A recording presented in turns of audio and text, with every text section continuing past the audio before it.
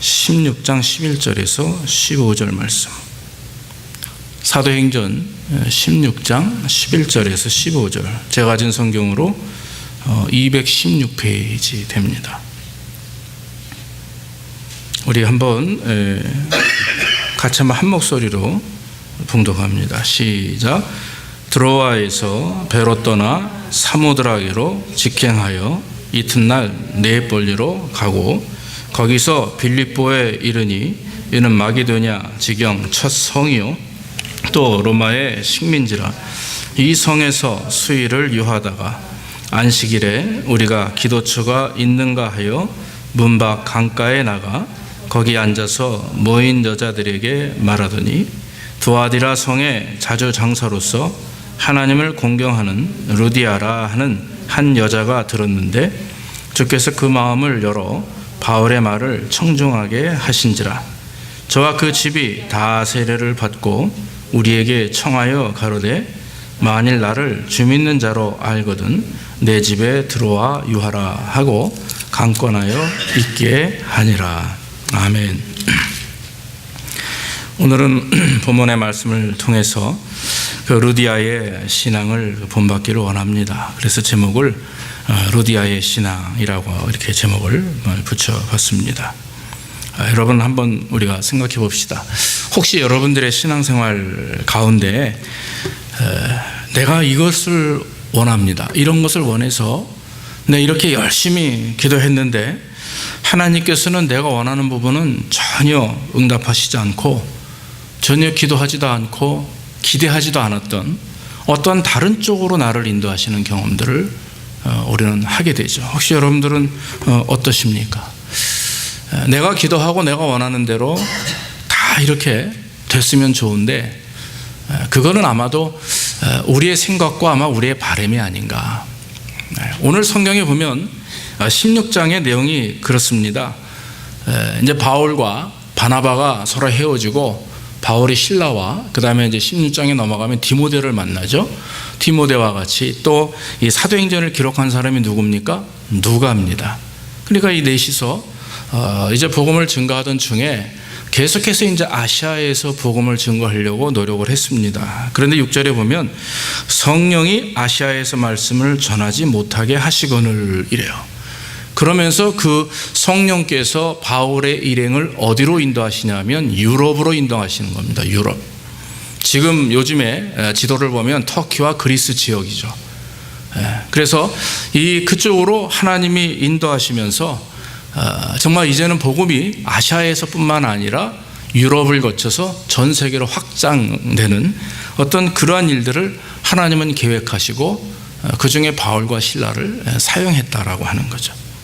그러니까 바울은 생각할 때 지금도 이 예루살렘이나 이 소아시아 주변에 너무나 많은 일들이 많이 있어요. 정말 복음을 증거해야 될 일들, 그들을 향해서 외쳐야 될 일들, 또 세워진 교회들을 돌아봐야 되는 여러 가지 문제들, 이런 것들 때문에 바쁘고 힘이 듦에도 불구하고 계속 그 일을 해야 되는데 하나님은 그걸 원치 않으셨습니다. 바로 더 큰 일, 하나님의 계획하심과 인도하심 속에 더 큰 일을 원하고 계셨다라고 하는 거죠. 여러분, 우리가 신앙생활을 하다 보면 내가 볼 땐 이걸 꼭 해야 돼요. 내가 볼 때 이걸 꼭 이루어야 되고, 이것이 내가 기도했었던 일이고 이것이 하나님을 향하여 원하던 일이었는데 하나님은 종종 다른 것으로 역사하시는 것을 봅니다. 그런데 중요한 것은 하나님의 응답은 내가 직접 하나님을 체험하고 만남으로 말미암아 하나님이 직접 역사하시고 순종하실 때 거기에 은혜가 있게 되는 것이고, 또 거기에 따르는 하나님의 축복이 임하게 되는 것입니다. 이스라엘 백성들을 향하여 하나님께서는 베드로를 통해서 그들을 구원받게 하십니다. 그리고 이제는 바울을 통해서 하나님의 이방의 모든 사람들에게 복음을 증거하도록 역사하셨습니다. 그러나 베드로와 바울이 너는 예루살렘, 너는 이방 이렇게 구분되어진 것이 아닙니다. 결국 베드로도 고백하기를 나를 하나님이 선택한 것은 이방 사람들에게 복음을 증거하기 위함이다. 바로 사도행전 10장에 고넬료를 만난 이후에 베드로는 또 자기 자신에게 하나님의 역사하심이 이렇게도 임하게 되는구나, 이런 나에게 또 임무를 하나님 허락하셨구나, 이런 믿음을 가지고 하나님 앞에 영광을 돌리는 거죠. 그렇기 때문에 여러분 중요한 것은 내가 가지고 있는 어떤 선입견, 내가 가지고 있는 어떤 계획, 내가 바라보는 어떤 방향, 여러분 이것에 너무 집착하면 안 됩니다. 그것이 잘못되면 그것이 야망이 될 수가 있습니다. 그것은 비전이라 하지만 나중에 그것이 변질되면 야망이 되고 욕심이 되는 것입니다. 그러므로 중요한 것은 하나님의 말씀이 무엇이며 하나님의 비전이 무엇인가. 우리는 그저 매 순간마다 정말 주님 앞에 무릎 꿇고 예수라면 어떻게 할 것인가 라고 하는 정말 책이 있듯이 우리가 저와 여러분들이 매 순간마다 하나님 앞에 성실함으로 나아가되 하나님 영광을 드러내는 것이죠. 지나온 과거의 길이 분명히 내가 원하는 길이 아니었어요. 왜 하나님은 나에게 이런 길을 걷게 하셨는가? 왜 이런 고통을 걷게 하시는가? 그런데 한참 후에 내가 주님의 뜻에 합당하고 주의 품 안에 올인하고 돌아보면 하나님이 나에게 이렇게 하셨구나, 하나님이 나를 이렇게 인도하셨구나라고 하는 참 기쁨과 감사가 우리 입에서 나오게 될 줄로 믿습니다. 그러므로 우리는 역행하는 것이 아니라 순리대로 순행해서 날마다 하나님 앞에 맡겨진 일에 기도하며 그저 인도하시는 대로 최선을 다해서 성실하게 하나님의 영광을 드러내면 됩니다. 낙심하지 마시고 또 그걸 가지고 후회하지도 마시고 불평하지도 마시고 우리가 처해 있는 지금 우리의 환경 속에서 그저 감사함으로 하나님 앞에 열심을 다해서 우리의 영적인 그런 그 지렛대를 바짝 세우고 말이죠. 하나님이 인도하시고 원하시는 대로 순종하는 저와 여러분들의 삶이 되기를 주의 이름으로 축원합니다. 오늘 바울의 일행이 하나님의 말씀을 듣고 성령의 인도하심을 통해서 또 꿈에 어떤 사람이 나타나가지고 마게도냐로 오라고 이렇게 막 불러요. 그래서 성경 말씀 오늘 보면 9절 말씀에 밤에 환상이 바울에게 보이니 마게도냐 사람 하나가 서서 그에게 청하여 가로되 마게도냐로 건너와서 우리를 도우라. 이런 이제 환상도 보게 됩니다. 그것을 믿고 이 바울의 일행은 마게도냐 지방으로 가면서 마게도냐 지방의 첫 번째 성읍인 빌립보 성에 들어가게 됩니다. 빌립보 성에 들어가서 이 바울의 일행이 한 일이 뭐냐면요, 뭐겠어요? 전도를 먼저 했겠어요? 글쎄요. 성경에 보면 빌립보 성에 가서 며칠 유한 다음에 이제 짐을 풀고 그리고 뭘 했냐면요, 바로 기도처를 먼저 찾았다라고 하는 거죠. 기도처를 먼저 찾았다. 선교사들이나 또 하나님의 종들이, 하나님의 백성들이 우리가 복음을 증거하며 주의를 감당할 때 가장 중요한 것은 어떻게 하면 주의를 잘할까라고 하는 방법론적인 곳에 우리가 신경을 빼앗기기가 일쑤예요. 어떻게 하면 선교를 잘할까? 어떤 방법을 사용할까? 저들이 원하는 것이 무엇일까? 이런 것을 먼저 찾을 때가 있습니다. 우리도 거기에 조심해야 되죠. 가장 중요한 것은 뭐예요? 뭐 하는 것이다? 기도하는 것이다. 기도하는 것이다. 오늘 바울의 일행이 먼저 가자마자 하는 일은 뭐냐면 기도처를 찾는 일이었습니다. 가는 곳곳마다 하나님 앞에 먼저 기도처를 찾아서 그 기도를 중심으로 말미암아 복음이 증거돼요. 열심히 전도자들이 기도하고 기도한 대로 능력을 힘입어서 여러분 선교지에 가면 전도지에 가면 얼마나 많은 악한 것들이 있겠어요. 그 풍토에 맞는 환경에 맞는 그 사람들이 가지고 있는 미신들과 그런 생활 환경이나 풍습이 있죠. 그런 것들을 파고 들어가서 거기에 복음을 증거하기 위해서는요, 우리가 열심히 기도해야 됩니다. 그래서 성경의 말씀대로 하나님 앞에 먼저 하나님께 맡기고 기도하는 일을 찾을 때 하나님의 역사가 일어나는 거죠. 성경에 수없이 많은 하나님의 종들이 있습니다. 기록된 사람들이 있죠. 그분들이 했던 일은 무엇입니까? 그저 하나님 앞에 열심히 기도하는 일. 먼저 기도함으로 말미암아 하나님의 뜻을 분별하고 있는 곳에서 복음을 증거하는 일이죠. 여러분, 기도가 끊어지면 성도의 영적 생명은 사실 끊어지는 것입니다. 우리가 종종 말씀을 많이 읽고 또 신앙서적도 많이 읽고 예배도 많이 드리고 합니다. 그런데 여러분, 더 중요한 것이 있어요. 중요하죠. 예배 드리고 당연히 그렇습니다. 그러나 우리가 마음속에, 우리가 삶 속에서 늘 하나님을 향하여 부르짖는 영적 기도가 있어야 돼요. 믿습니까? 여러분, 그것을 위해서 시간을 할애해야 됩니다. 그것을 위해서 마음을 쏟아야 됩니다. 그것을 위해서 정말 정성을 쏟아야 됩니다. 기도 외에는 능치 못할 일이 없다. 하는 말씀, 우리도 맨날 마음속에 그런 생각을 갖죠. 그러나 여러 가지 삶의 문제로 또 스케줄 때문에 또 여러 가지 참 어려운 일들 때문에 우리가 종종 그것을 놓칠 때가 있어요. 그러나 여러분, 우리는 정말 시간이 나는 대로 여러분들이 책상에 앉아있든 정말 소파에 앉아있든 심지어는 참 침대에 누워서 잠을 자기 이전에 5분이라도 10분이라도 하나님을 향하여 집중해서 여러분들이 일어서서 무릎 꿇고 하나님 앞에 기도하는 그런 시간들을 갖기를 주의 이름으로 축원합니다. 그게 믿는 자들에게 있어서 가장 중요한 거예요. 어떤 책에 어느 분이 이렇게 얘기를 했어요. 오늘날 말세가 되면 세상 사람들이 기도하는데 등한히 한다 그래요. 말세 징표 중에 가장 큰 문제가 뭐냐면요, 외부적인 환경의 변화보다도 적그리스도가 나타나고 뭐 지진이 생기고 뭐 기근이 생기고 하는 그 외부적인 변화보다도 더 심각한 문제가 뭔지 아십니까? 믿는 자들이 하나님을 향한 집중됨을 등한시한다는 거죠. 그러니까 믿는 자들이 예배하는 걸 자꾸 등한시해요. 믿는 자들이 기도하는 걸 등한시해요. 믿는 자들이 점점 이제는 하나님 품에서 이전 세상을 향해서 나갑니다. 바쁘게 돌아갑니다. 마음을 잊어버립니다. 열정을 잊어버려요. 그러다 보니까 교회는 많은데, 목사들은 많은데, 성도들은 많은데 우리의 신앙생활은 오히려 갈수록 문제가 심각해지는 거죠. 그래서 죄송한 얘기고 부끄러운 얘기지만 목회자들도 참 직업적 목회자들이 많이 있습니다. 얼마 전에 또 제가 무슨 소리를 들었는데 정말 기도 안 차는 소리를 들었어요. 사기꾼이 참 많아요. 그래서 하나님 앞에 온전한 그런 정말 지도자로서, 목회자로, 성도로서 온전히 하나님 앞에 서야 되는데 기도와 영역으로 하는 게 아닙니다. 저도 참 이 부분에 부끄럽습니다. 인간적인 방법으로, 인간적인 어떤 만남으로, 인간적인 계획으로 하나님의 일들을 감당하려고 할 때 절대로 되지 않죠. 성도들도 마찬가지입니다. 육신적인 생활에 얽매이다 보니까 여러 가지 이유를 대면서 결국엔 기도하지 못합니다. 점점 하나님과 멀어지게 되는 것이죠. 여러분, 지금은 느끼지 못할 것입니다. 우리가 지금은 이것이 어떤지 느끼지 못할 것이에요. 그러나 여러분, 시간이 지나서 마지막 때가 되면 우리는 잘못하면 땅을 치고 후회할 날이 오죠.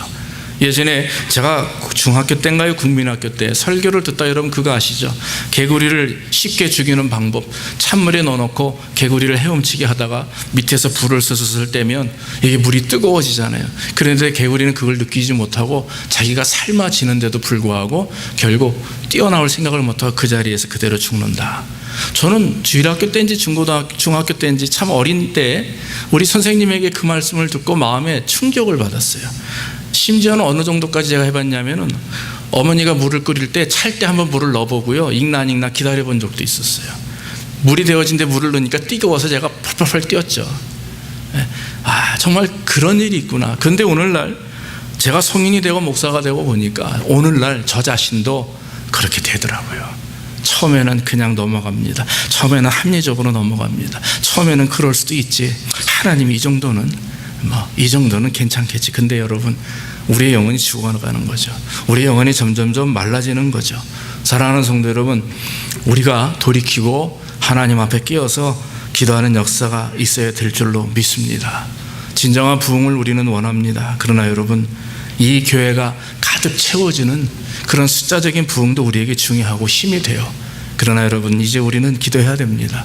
정말 저와 여러분, 여기 계신 한 사람 한 사람이 하나님 앞에 거룩한 자의 모습으로 세워져서, 그래서 하나님이 정말 기뻐하시는 우리 성도들로, 우리 교회 하나님의 일꾼으로 세워지는 걸 저는 정말 기도합니다.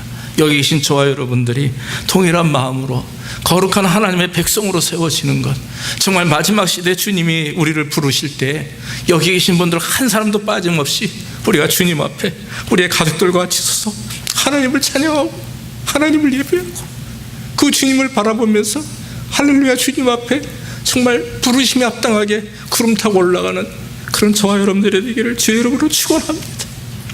이게 오늘날 제가 가장 소망하는 기도예요. 교회가 부흥하는 것, 여러분들의 가정이 잘 되는 것, 그건 여러분 이젠 충분하죠. 여러분 정말 소원합니다. 여기 계신 한 영혼 한 영혼, 정말 우리 자녀들을 얼마나 사랑하는 자녀들이 있어요. 그 한 사람 한 사람, 내 형제 누이, 이 가족들이 다 주님 앞에 올라가는 날 여러분 한번 상상해 보십시오. 저는 마음에 얼마나 많은 회개를 하는지 몰라요. 한국에 있는 제 동생들이 많은 상처가 있습니다. 제가 목사이기 때문에 제 어떤 미래적인 부분 때문에 아시는 분들은 알 겁니다. 그런 상처들이 있어서 교회를 잘 나가지 않는 우리 형제들이 있어요. 그리고 늘 위해서 어머니가 위해서 기도하고 제가 위해서 기도하는데 쉽지 않아요. 여러분, 상처받은 영혼들이 주님 앞에 돌아서고 우리 상처받은 남편이, 상처받은 우리 아내가, 상처받은 우리 자녀들이 정말 하나님 앞에, 이제는 여러분 상처가 중요한 게 아니에요. 이제는 하나님 앞에 돌아서서 정말 하나님을 의지하는 가운데 우리가 주님 부르시는 그날에 다 하나님 앞에 잘했다 칭찬받고 올라가는 그런 저와 여러분들이 되기를 주의 이름으로 축원합니다. 죄송합니다. 바울이 기도처를 찾는 중에 강가 주변에 있는 모여있는 여인들을 봤어요. 그 여인들이 누구냐면은 그 당시에는 율법을 증거하는 자들이 회당에서도 증거했지만 회당은 여인들이 잘 이렇게 드나들지 못하는 그런 곳이었습니다. 그러니까 항상 이스라엘은 남자 중심이었죠. 남자 중심. 그래서 오죽하면 가족 구성원을 세울 때 여자나 아이들은 세워지지 않았어요. 그래서 18세, 19세 성인들의 남자들만 항상 이렇게 머리수가 세워졌죠. 그러다 보니까 아마도 제가 볼 때는 이 여인들이 회당의 남편들은 가서 뭐 듣고 하는데 아마 이 여인들과 아이들은 그냥 그 강가나 이런 한적한 곳에서 말씀을 배웠던 것 같아요. 그런데 바울과 실라와 일행이 이렇게 이제 기도처를 찾는 중에 거기서 여인들이 모여 있는 것을 봤어요. 그래서 여인들에게 복음을 증거합니다. 얼마나 귀한 일입니까? 복음을 쫙 증거하다 보니까 그 중에 어느 한 사람이 유난히 말씀을 듣는 태도가 달라요. 여러분들이 앞에 나가서 강의를 하거나 사람들을 지도할 때 보면 참 그 말씀을 듣는 모습이 참 아름다운, 여기 계신 분들은 뭐 누구나 없이 다 아름다워요. 그런데 참 아름다운 모습이 있습니다. 어떤 분들은 그냥 눈 감고 조는 분들이 있고, 어떤 분들은 딴 생각하고, 어떤 사람은 자꾸 딴 데 쳐다보고 있고, 뭐 여러 가지 분들이 참 많이 있는데 사실 인원이 적을수록 우리는 더 집중되죠. 그런 은혜가 있죠. 그런데 이날도 보니까 몇 명 안 되는 여인들이 차 이렇게 말씀을 듣는데 한 사람이 유난히 집중해서 말씀을 듣습니다. 근데 그게 누구냐? 성경에 루디아라고 하는 여인이었어요. 근데 성경에 뭐라고 얘기하냐면 바울이 말씀을 증거할 때 거기서 주께서 마음을 열어 바울의 말을 청종하게 하신지라. 그분이 말씀을 듣는데 그 말씀을 들을 수 있도록 준비하시고 역사하시는 분이 누구냐? 바로 성령이라고 하는 거죠. 그래서 여러분, 우리는 하나님을 바라보고 예배하거나 기도할 때 가장 먼저 우리가 기도해야 될 부분이 있습니다. 그건 뭡니까? 주께서 내 마음을 열게 하시고 나로 하여금 말씀을 청종케 하옵소서. 믿습니까? 기도할 때 주께서 나와 함께 하셔서 성령께서 원하시는 기도가 내 입을 통해서 이루어지게 하옵소서. 그저 우리가 원하는 바, 우리가 계획하는 바를 기도하기 이전에 먼저 하나님 앞에 그걸 기도해 보십시오. 하나님, 저를 통해서 주님이 원하시는 기도가 무엇입니까? 내가 지금 이거를 기도합니다. 그런데 주님, 정말 주님의 뜻이 무엇입니까? 그러면 하나님이 여러분들의 마음을 감동시키시고 인도해 주실 줄로 믿습니다. 루디아는 어떤 여자냐?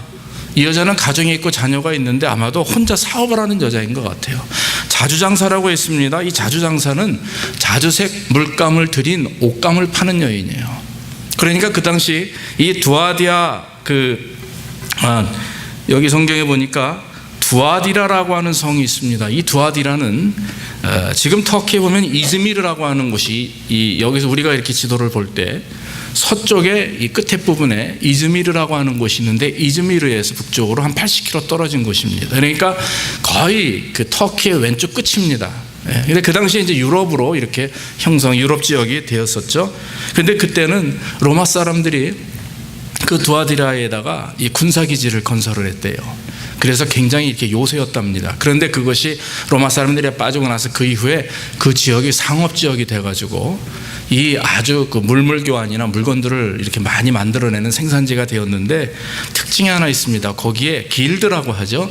즉 이런 어떤 그 전문가들이 많은데 특히 양복, 옷감하고 연결된 양복, 그 다음에 목수, 그 다음에 기계를 이렇게 그릇을 만드는 도공, 또 심지어는 제빵 기술자들, 이 아주 매니아들, 뭐라 그러죠? 가장 잘하는 사람들이 거기 모여서 그걸 형성하고 있던 거예요. 삶의 형성. 그러니까 사람들이 부유하죠. 그래서 여러분 빌립보 지역, 이 두아디리아 지역은 부유하고 이 오늘 루디아도 부유한 여인으로 이렇게 평가가 됩니다. 혼자 벌어서 얼마든지 생활할 수 있는, 가족을 부양할 수 있는 그런 사업이죠. 그러다 보니까 그곳에 가서 복음을 증거한다는 일은요, 하나님의 계획하시면 참 놀라운 게 사람들의 눈으로 볼 때는 아무것도 아니고 힘이 들어요. 오히려 더 힘든 지역인데 하나님은 그곳에 통해서 복음이 증거되면 수없이 세계에서 많은 사람들이 오잖아요. 로마가 상업의 중심 도시로서 로마를 복음화시키면 세계로 복음이 증거되죠. 사도 바울은 그 꿈을 가지고 있었거든요. 그런데 하나님은 로마로 가기 이전에 조금씩 하나님은 바울과 실라와 일행들을 통해서 그런 복음을 증거하는 훈련들을 가르치시는 거예요. 그래서 그 많은 상업지역에 수없이 많은 인종들이 있습니다. 수없이 많은 성격을 가진 사람들, 피부 색깔, 말, 수없이 많은 사람들이 오는데 그들에게 복음을 증거하는 일입니다. 쉽겠습니까? 안 쉽죠. 절대로 쉽지 않습니다. 그러나 하나님은 역사하셔서 루디아라고 하는 여인을 만나게 합니다. 이게 하나님의 뜻이에요. 루디아라고 하는 여인을 만남으로 말미암아 루디아를 통해서 이제 그 빌립보 교회를 세우는 첫 기초가 될 수 있도록 이렇게 하나님이 만들어 주셨다라고 하는 거죠. 오늘 루디아의 모습을 보면 바울의 말씀을, 입에서 나오는 말씀을 들으면서 그는 올인합니다. 집중합니다. 마음을 주께서 열어주시고 말씀을 청정할 수 있도록 인도하십니다. 그런데 여러분, 괜히 멍하니 있는 사람에게 그렇게 하지 않아요. 정말 소원하며 간구하는 자를 향해서 하나님은 마음을 열어주신다라고 하는 거죠. 오늘 성경에 마음을 열어주셨다라고 하는 말이 어떻게 풀이가 되냐면 어떤 두뇌적인 지식을 의미하는 것이 아니라 심령을 의미한다 그래요. 심령. 그 마음속 중심에 하나님을 향한 열정과 그 심령을 의미하는 것입니다. 그러니까 하나님을 만나는데 머리로 만나는 게 아니에요. 들음으로 그냥 끝나는 게 아니라 인격의 중심에서 예수님을 받아들이고, 인격의 중심에서 예수님을 받아들이니까 거기에 변화가 있게 되는 것이고. 그래서 여러분, 이 성령의 능력으로 예수 믿지 않으면, 성령의 능력으로 우리가 신앙생활을 하지 않으면 지치죠. 우리 인간의 의지나 노력으로 얼마든지 신앙생활을 할 수 있습니다. 인간의 의지나 노력으로 얼마든지 성경 읽을 수 있고 기도할 수 있어요. 그러나 문제는 뭐냐면 제한적이에요. 자꾸 끊어져요. 자꾸 넘어져요. 열심히 해야 되는데 그러지 말고 기도하십시오. 기도하고 하나님께서 내 마음에, 여러분, 어느 날 성령 충만하면 나도 모르게 그냥 막 성경 읽고 새벽 예배 가고 기도하게 돼. 근데 어느 날 또 그게 쫙 식어버리잖아요. 그러니까 우리의 의지로보다도 정말 의지 플러스 성령의 능력. 성령의 능력이 없으면 의지는 아무것도 아니에요. 의지만 가지고는 절대로 아무것도 할 수 없습니다. 성령의 인도하심을 받아야 되는 거죠. 하나님의 말씀을 들을 때 이 루디아의 마음이 열리게 됩니다. 능력의 은혜를 경험하게 되고 구원의 은혜를 경험하게 돼요. 참 돈 많이 벌었어요. 부족함이 없었어요. 가족들, 남편, 자녀들 마음껏 이렇게 누리면서 살았겠죠. 그런데 그 마음에 영적인 그런 채우짐이 없는 거예요. 그래가지고 늘 강가에 가가지고 그 여인들과 같이 가르치는 사람의 입을 통해서 배웁니다. 배우는데도 개종한 사람이거든요. 유대교로 개종해가지고 하나님의 그 말씀을, 율법을 배우는데, 율법이 여러분 우리를 구원합니까? 율법이 우리에게 은혜를 줍니까? 천만에요.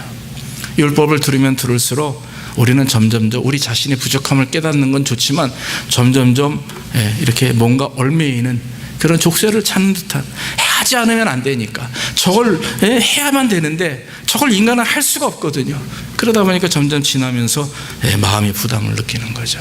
그런데 바울의 말씀을 들을 때 그는 깨어지게 됩니다. 그는 하나님 앞에 온전히 세워지게 되는 역사를 경험하게 되는 것입니다. 예수님께서 요한복음 4장에도 보면 사마리아로 가서 말씀을 증거할 때 사마리아에서 여인을 처음 만나죠. 그게 누구예요? 사마리아 수가성 여인이에요. 남편이 5이나 있어요. 부정합니다. 오죽하면 이스라엘은 2시부터 3시까지 잠을 잡니다. 제가 이스라엘에 갔는데 진짜 잠을 자요. 학교고 뭐고 다 쉬는 시간이에요. 뜨겁습니다. 그리고 밤 8시만 되면 지금도 문을 다 닫아버려요.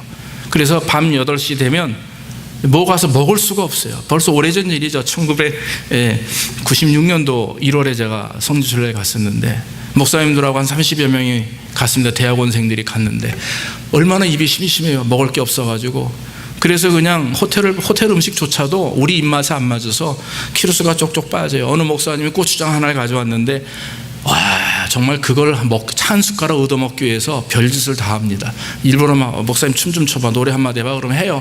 60 노인네가 합니다. 그러면 식빵에다 고추장 발라가지고 하나 먹는 게 그게 천국이에요. 그게 천국이에요. 그러니까 입에다 물고 얼마나 그게 좋은지 그 정도로 못 먹어요. 그러니 밖에 나가서 뭐라도 좀 과자라도 먹고 싶은데 나가보니까 깜깜해요. 그러니까 낮에는 잠을 자고 밤에는 일찍 문을 닫습니다.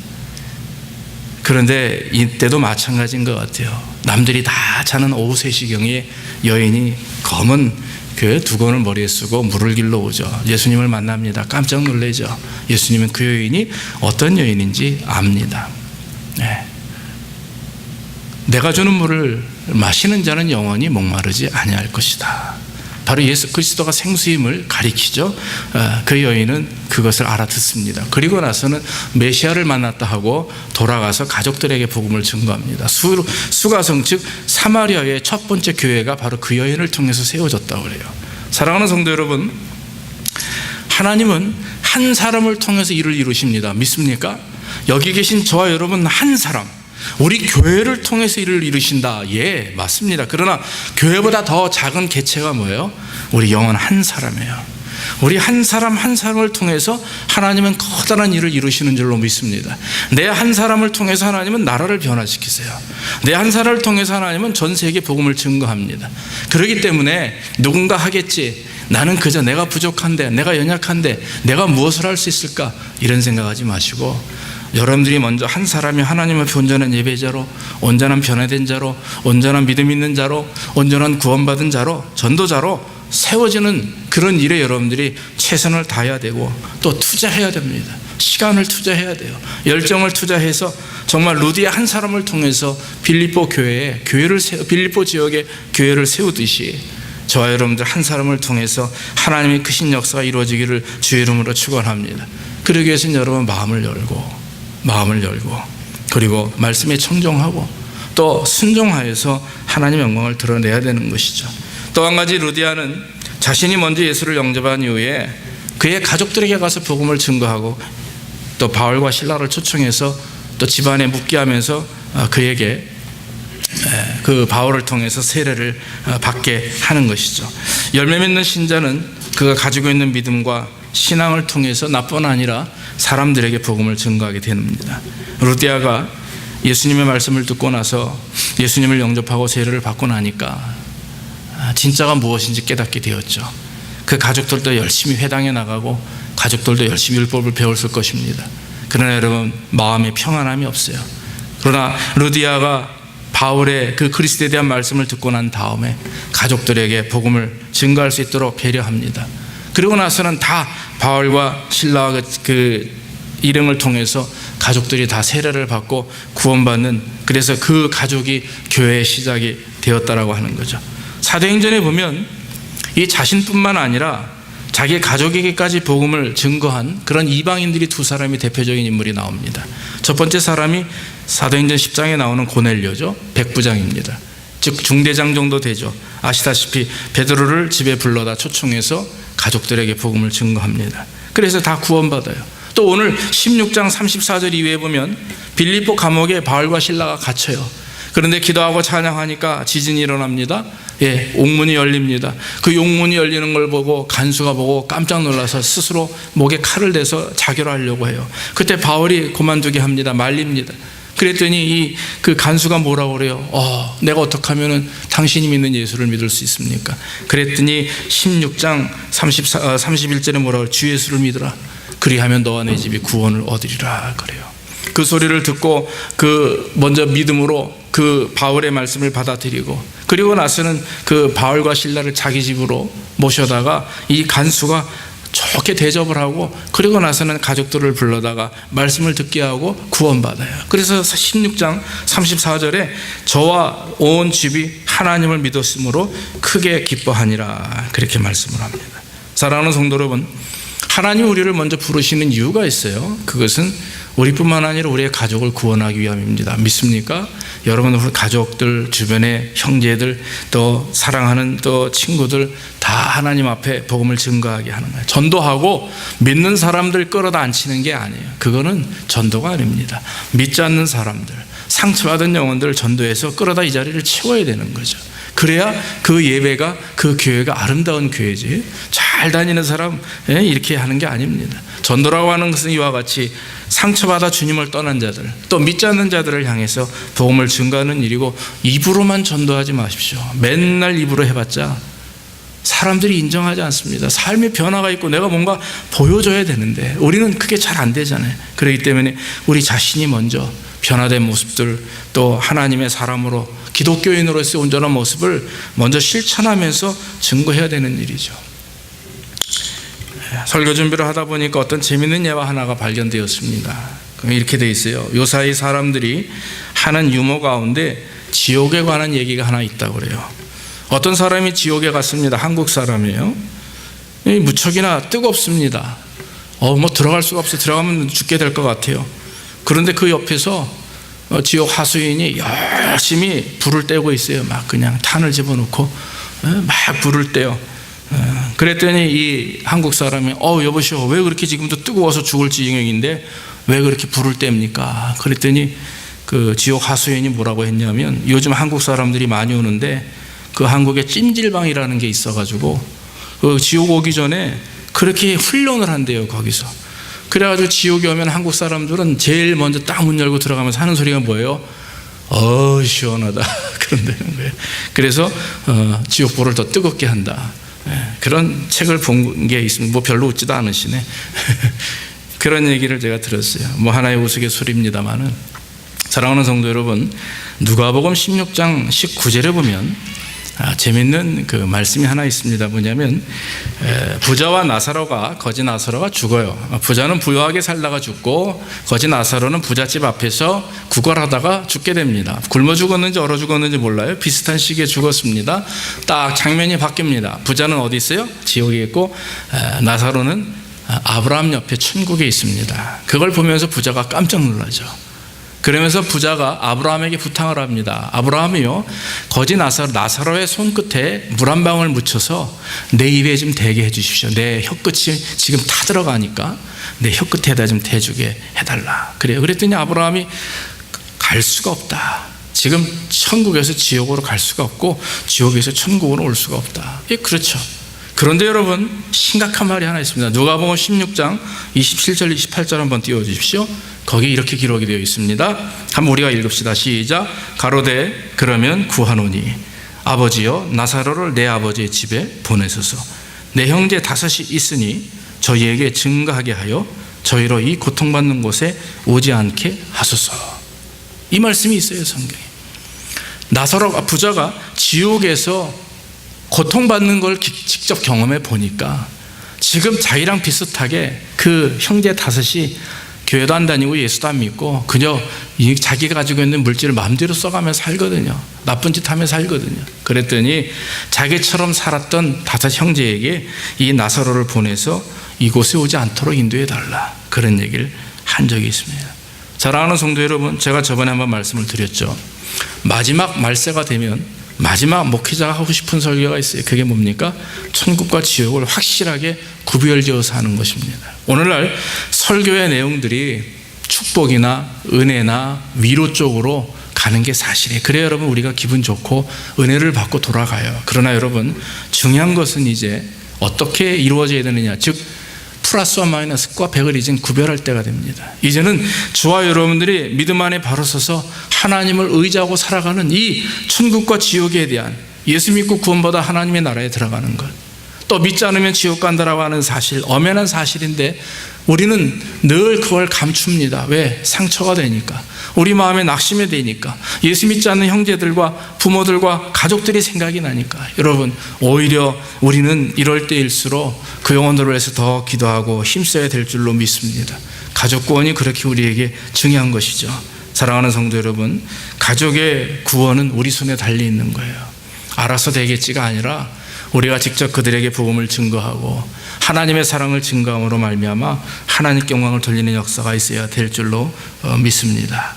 마지막으로 루디아는 바울에게 이렇게 말하죠. 만일 나를 주 믿는 자로 믿거든 알거든 내 집에 들어와 계세요 그랬어요.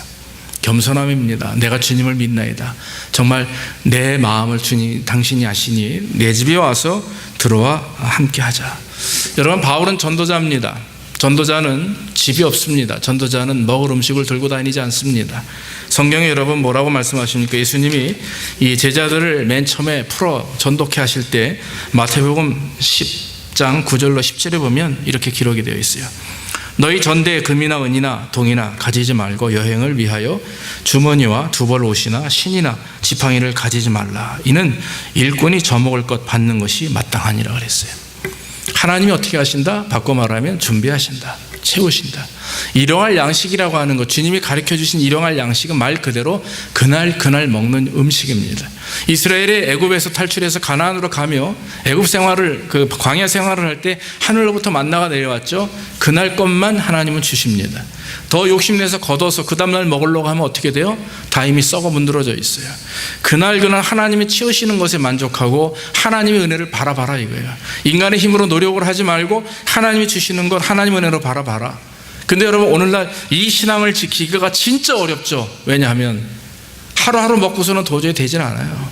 사업을 이루기 위해서는, 가정을 더 풍요롭게 하기 위해서는, 우리 아이들 그래도 기름값이라도 차비라도 좀 주기 위해서는, 책값 주기 위해서는 더 필요합니다. 그래서 우리는 자꾸 말씀을 잊어버리게 되는 거죠. 이제는요, 전도자만이 아니에요. 이제는 모든 성도들이 주님이 주시는 대로, 주님이 인도하시는 대로 순종하는 순종이 오늘날 인제 필요한 세대입니다. 믿습니까?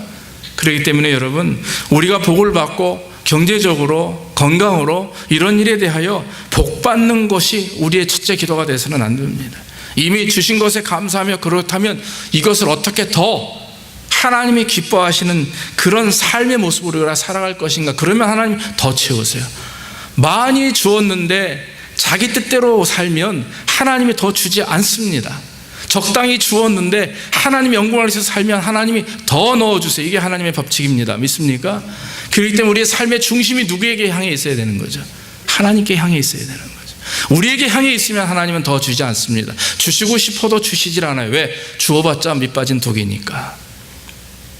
그러나 우리의 마음의 준비가, 우리의 영적인 그릇의 준비가 잘 되어 있어서 정말 하나님께서 은혜 주시고 부족해도 감사함으로 인정하고 또 열심히 하나님을 예배하고, 이런 매사에 오늘 바울과 실라와 그 당시 제자들과 전도자들과 같이 그들이 복음이 증거되었던 이유는 그들의 말씀이 선포되어지고 열매를 맺고 성도들이 변화되고 깨지고 하나님 앞에 나갈 수 있었던 이유는 입에서 나오는 복음의 능력도 있으나 그들의 삶의 은혜가 있기 때문에 그래요.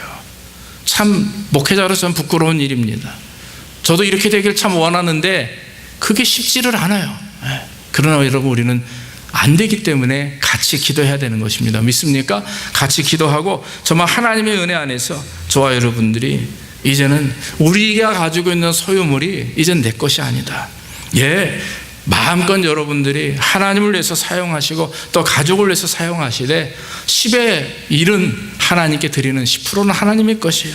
그리고 나머지 90%에 대해서 우리가 마음껏 누리되 내 욕심과 내가 원하는 바대로 사용되는 게 아니라 정말 하나님의 나라와 영광을 위해서 사용되는 것. 그래서 여러분, 성도의 물질 관리는요 정말 중요합니다. 예수를 믿으면 제일 처음에 사실 배워야 될 것이 뭐냐면 이 재정 관리와 성도의 이런 어떤 삶의 관리예요. 이것이 참 우리에게 중요합니다. 그냥 그저 교회 나가서 기도 많이 하고 성경 읽고 그냥 열심히 신앙생활하는, 교회에서 신앙생활이 중요한 게 아니라 교회에서 신앙생활을 그대로 떠서 주일 평일날 7일 동안 6일 동안의 신앙생활 자체가 교회에서 하는 것처럼 돼야 돼요. 그런 얼굴, 그런 언행, 그런 생각, 그런 말, 그런 표정. 근데 그게 잘 안 되잖아요. 특히 재물에 대한 부분, 물질에 대한 부분, 자녀들에게 나오는 부분. 아빠 목사가 신경질 내면 돼? 아빠 목사가 그런 말 하면 돼? 맨날 듣고 살아요. 제가 제 딸들한테 모니터입니다. 그러면서 저는 늘 바뀝니다. 회개합니다. 돌이킵니다. 여러분, 그런 모니터를 하나 세우십시오, 옆에다가. 그래서 딸을 불러다가 아들을, 야, 아빠가 욕하면, 아빠가 화내면 너 나한테 얘기해라.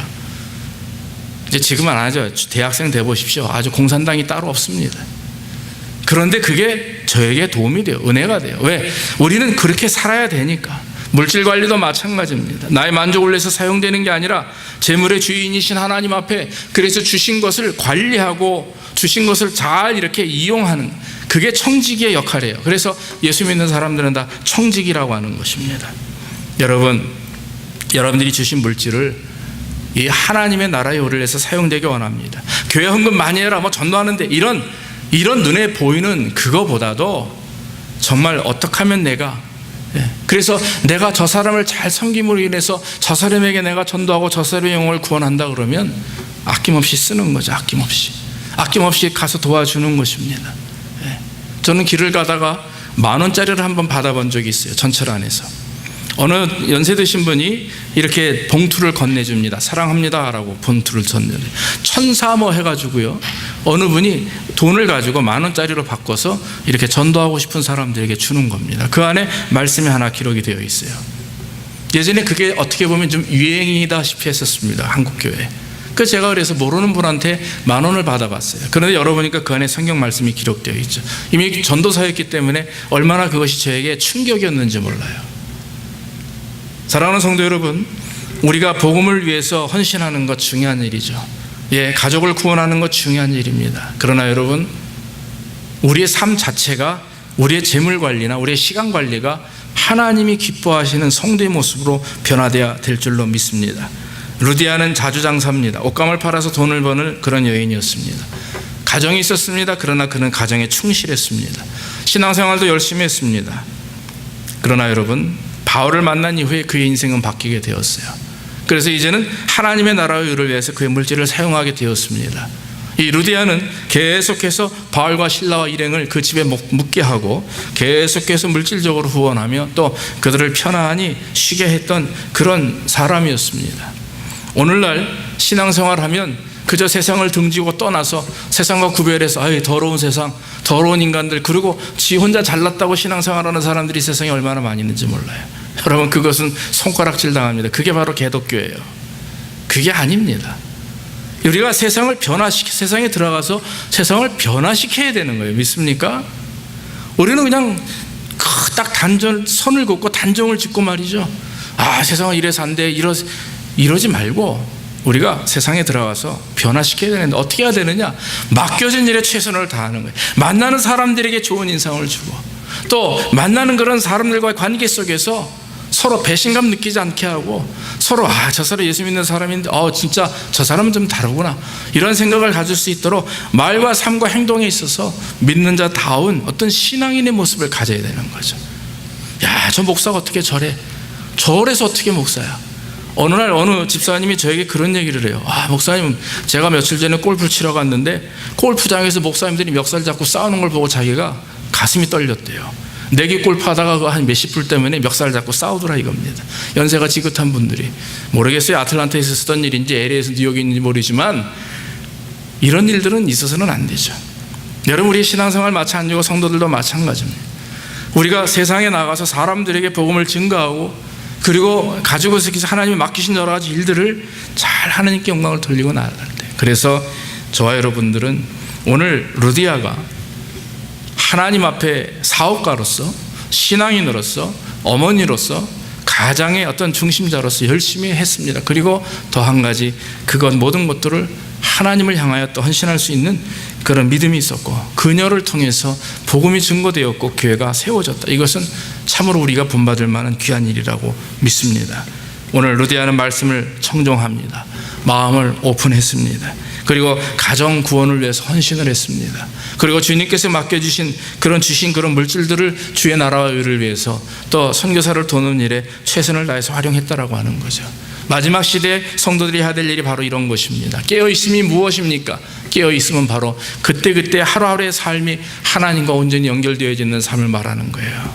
그러므로 저와 여러분들이 믿음을 통해서 정말 루디아와 같은 온전한 신앙을 가지고 늘 주님의 성령의 인도하심 따라 마음을 열고, 또 말씀을 청종하고, 자녀들 또 가족들 구원을 위해서 늘 불철주야 기도하고, 또 헌신하며 나아가 하나님 앞에 세상을 변화시키고 또 교회를 돕고 또 목회자를 돕고 나아가 성도들과 선교하는 일에 여러분들의 물질을 사용할 수 있는 그런 그리스도의 마음을 품는 하나님의 종들이 되기를 주의 이름으로 축원합니다.